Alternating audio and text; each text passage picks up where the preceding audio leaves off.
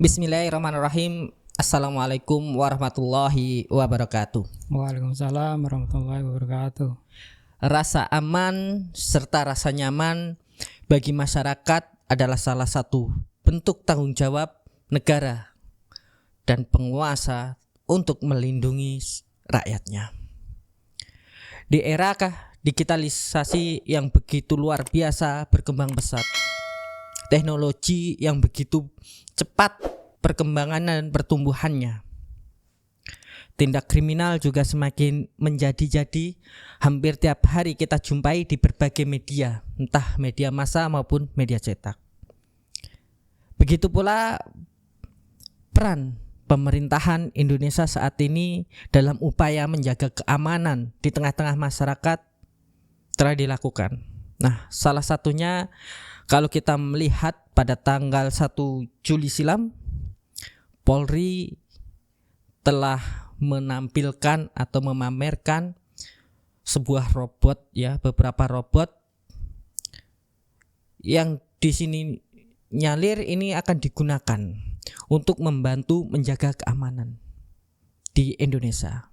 Nah, seberapa efektifnya robot-robot ini dalam menjaga keamanan negara kesatuan ini? Nah, kita akan membahas pada kesempatan kali ini bersama Ustadz Ahmad. Assalamualaikum Ustadz Ahmad. Waalaikumsalam warahmatullahi wabarakatuh. Sudah lama tidak berjumpa. Bagaimana ini Ustadz kabarnya? Alhamdulillah sehat. Alhamdulillah. Ustadz, telah kita ketahui tanggal 1 Juli silam Polri telah memamerkan beberapa jenis robot yang disinyalir ini untuk membantu menjaga keamanan di dalam negeri ini. Yang menjadi pertanyaan seberapa efektifnya gitu robot-robot ini untuk membantu kinerja Polri. Apakah ini memang benar-benar dibutuhkan? Karena memang kalau kita melihat kejahatan di Indonesia ini bisa tergolongkan tinggi kan gitu. Ya. Untuk melihat ini seberapa efektif sebenarnya bisa kita lihat dari konteks penggunaannya Kemudian bisa juga dari jenis robotnya, dan yang penting juga adalah sistem yang mendukung dari tiga hal ini. Jadi konteks penggunaannya ini misalnya kan untuk membantu hal-hal yang memang sifatnya repetitif tugas-tugas polisi misalnya untuk patroli itu kan. Nah, ini tentunya sangat efektif tapi untuk hal-hal tertentu tidak begitu efektif.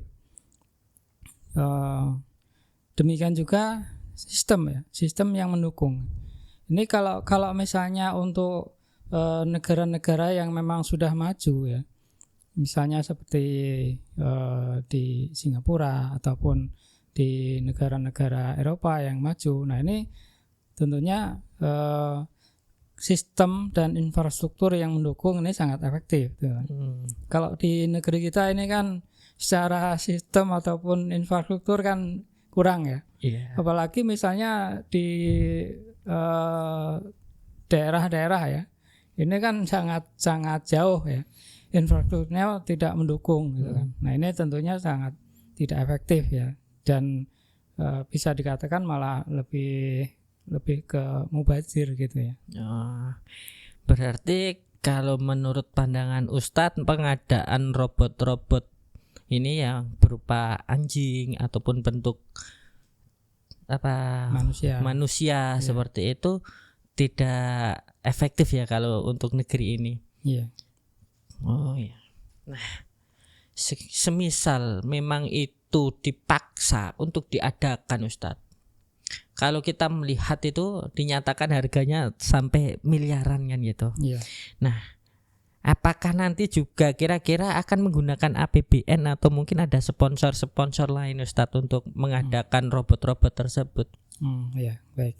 Kalau untuk pengadaan ini kan memang sebenarnya di kepolisian itu ada anggaran khusus ya, memang anggaran yang memang itu sudah ditetapkan oleh pemerintah yang disetujui oleh DPR gitu kan. Ini ya secara umum begitu. Dan memang sumber utama untuk pengadaan itu ya memang dari APBN ya.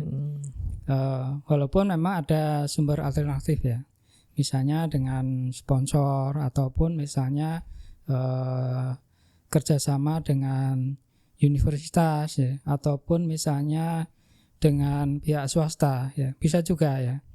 Ya contohnya misalnya ketika mengalami pandemik kemarin itu kan ya, beberapa tahun sebelumnya itu kan pernah juga Polri menampilkan itu Raisa itu. Iya. Nah itu kan hasil kerjasama dengan pihak swasta, PT Sari Teknologi ya gitu kan.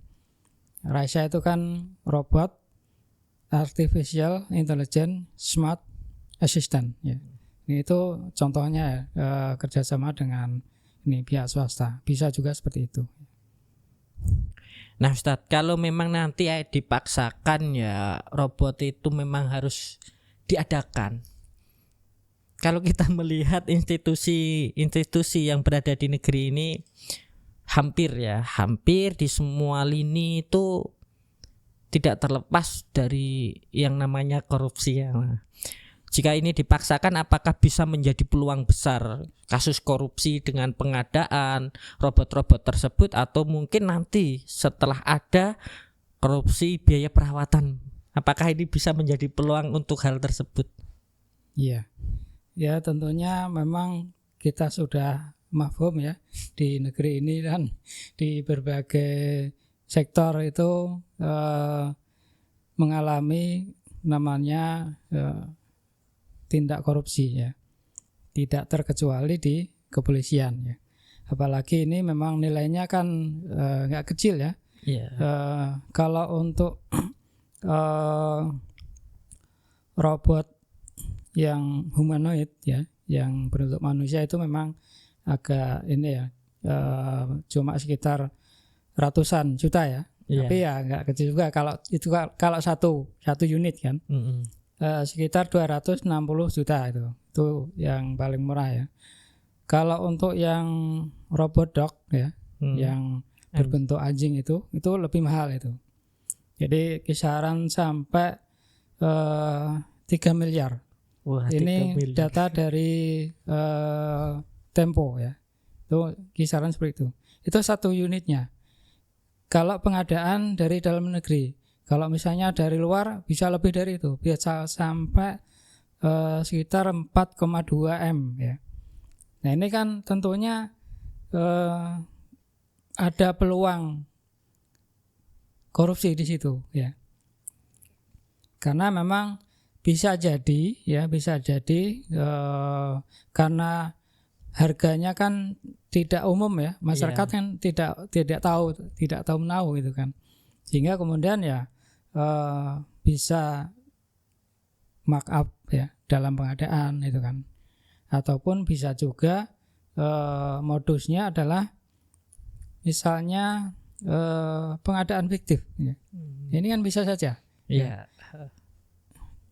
Atau bisa juga ketika melibatkan vendor, pihak ketiga dalam pengadaan itu ya, ini kan bisa terjadinya suap ya, ataupun gratifikasi ya. Nah itu walaupun mungkin hal ini sebenarnya bisa dicegah, cuma ya ini tergantung ini ya, keinginan dari pemerintah ataupun pihak kepolisian sendiri ya, apakah mau transparansi ya dalam pengadaannya atau tidak itu kan, ataupun juga harusnya memang melibatkan pihak publik ya, jadi pengawasan publik ataupun media. Nah ini supaya menjaga terjadinya tindak korupsi itu ya. Nah yang paling penting juga harus ada audit ya. Misalnya dari BPK ya, dari Badan Pengawas Keuangan itu kan. Nah ini tentunya hal-hal yang memang bisa dilakukan ya untuk meminimalisir terjadinya korupsi gitu. Nah, dengan harga yang luar biasa sampai miliaran tadi Ustadz untuk satu robotnya, apakah dengan harga segitu ini sepenuhnya bisa menggantikan tugas-tugas kepolisian? Kalau memang nanti bisa menggantikan tugas-tugas kepolisian, saya rasa juga lebih bagus. Kenapa? Nanti tidak mau menerima suap di jalanan kan gitu. Iya. Mungkin itu apakah bisa ya dengan harga yang fantastis ya, dan itu kalau diambilkan dari BUMN yang saat ini BUMN kita itu ngapunten ya justru penuh hutang kan gitu. Iya. Apakah dengan harga yang begitu luar biasa besarnya ini sepenuhnya bisa menggantikan posisi ya tugas-tugas kepolisian? Ya tentunya tidak mungkin ya, tidak mungkin sepenuhnya bisa menggantikan ya, karena memang sebagaimana tadi pembahasan tentang efektivitas itu kan hanya tugas-tugas tertentu yang memang misalnya repetitif yang sifatnya pengulangan semacam patroli gitu kan, ataupun misalnya hanya untuk data ya, atau contohnya tadi ya Raisa itu kan cuma untuk ini deteksi wajah atau misalnya deteksi suhu tubuh gitu kan, itu kan sifatnya repetitif ya, ini bisa. Tapi kalau untuk tugas-tugas yang sifatnya untuk penegakan hukum, ini nggak mungkin. Karena kalau tugas misalnya untuk negosiasi ya, ataupun misalnya mediasi, ini nggak mungkin dilakukan oleh robot. Jadi tidak sepenuhnya bisa menggantikan. Apalagi penegakan hukum. Ini kan kalau penegakan hukum ini berkaitan dengan tanggung jawab. Jadi kalau misalnya kan bisa jadi ada kesalahan dalam penegakan hukum. Nah, siapa yang tanggung jawab? Kan nggak mungkin robot. Ya, makanya ini tidak mungkin ya secara sepenuhnya, walaupun dengan harga yang itu besar ya. Tapi bahkan di negara-negara yang sudah modern saja tetap tidak bisa menggantikan sepenuhnya. Ya nanti polisi malah nganggur. Malah nggak ada polisinya dia. Iya. Nah, kalau dari sudut pandang ini kan berarti di Indonesia ini belum memadai, jadi keadaan robot ini belum begitu penting ya Ustaz? Ya jelas itu memang belum begitu penting ya, dan alangkah lebih baik ya kalau itu digunakan untuk pengembangan dari sarana dan prasarana di kepolisian misalnya, atau untuk pengembangan SDM, itu kan lebih baik itu daripada untuk hal-hal yang sebenarnya belum diperlukan. Karena memang harusnya itu kan untuk negara-negara yang sudah modern, secara sistem mendukung, infrastruktur juga mendukung, sehingga itu efektif gitu kan. Kalau untuk di negeri kita ini yang semuanya belum mendukung ya, baik secara sistem maupun infrastruktur, ini ya sebaiknya digunakan untuk hal yang lebih bermanfaat ya tadi, untuk pengembangan FCM dari kepolisian sendiri gitu. Jadi lebih utama untuk meningkatkan sumber daya manusia di badan kepolisian ya Ustaz, daripada kita harus membeli robot yang begitu mahal. Iya. Kalau kita melihat punten ini ya, dalam beberapa kasus ya, tidak semua memang, dalam beberapa kasus itu kan sering terjadi pihak ataupun oknum-oknum dari kepolisian yang menyalahgunakan jabatannya kan itu, entah dalam menangani kasus hingga menerima suap dan lain sebagainya. Mungkin memang benar kata Ustadz tadi untuk meningkatkan SDM, untuk memperbaiki SDM yang demikian. Mungkin ada saran-sarannya Ustadz untuk halayak umum semuanya kan itu berkenaan tentang hal ini.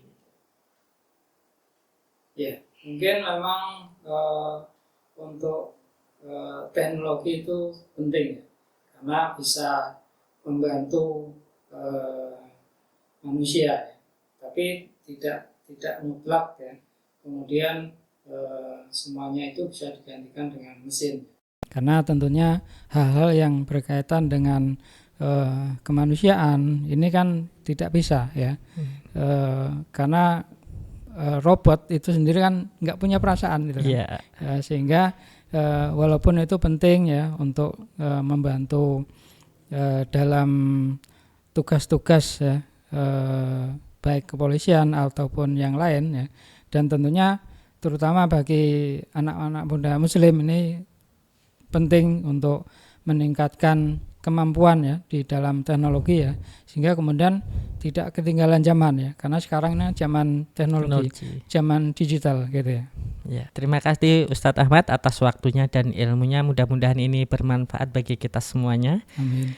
Ya, demikian ngobrol santai kita dengan Ustadz Ahmad berkenaan tentang pengadaan robot di kepolisian. Nah, untuk antum semua yang berada di sana ya, kira-kira setuju enggak? Nah, tulis di kolom komentar ya, setuju atau tidak dalam mengadakan atau menggunakan anggaran Polri untuk digunakan membeli robot-robot yang untuk digunakan membantu menjaga keamanan negeri ini. Cukup sekian dari kami, akhirul kalam, wassalamualaikum warahmatullahi wabarakatuh.